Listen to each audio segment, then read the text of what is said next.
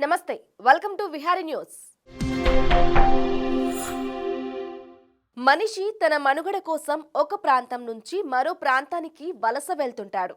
అయితే భూమిపైన అత్యంత తెలివిగల జాతిగా గుర్తింపు పొందిన మనిషే ప్రాంతాలతో సంబంధం లేకుండా జీవనం సాగిస్తూ ఉండగా ఇక విహరించే మూగ ప్రాణులు ఏ స్థాయిలో వలస వెళ్తుంటాయో ప్రత్యేకంగా చెప్పనక్కర్లేదు.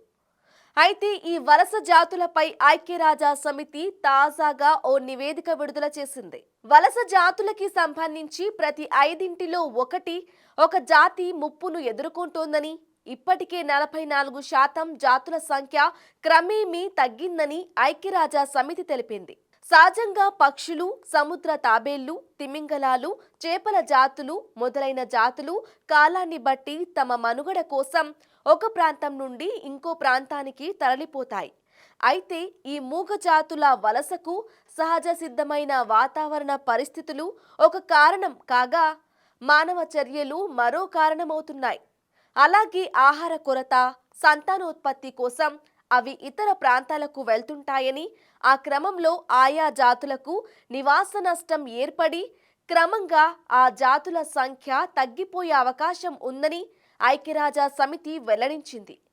వాతావరణంలో వాయు కాలుష్యంతో పాటు జల కాలుష్యం కూడా అధికంగానే ఉందని, అందుకే జలావరణ వ్యవస్థ తీవ్రత అత్యధికంగా ఉందని తెలిపింది. ఇక వలస జాతుల సదస్సు రూపొందించిన రక్షిత జాబితాలోని వలస చేపలు దాదాపు 97% కనుమరుగయ్యే పరిస్థితి ఉందని తెలుస్తోంది. ప్రకృతిలో జరిగే ప్రతి కారకానికి మానవ చర్యలే ప్రధాన కారణమంటున్నారు వాతావరణ అధికారులు.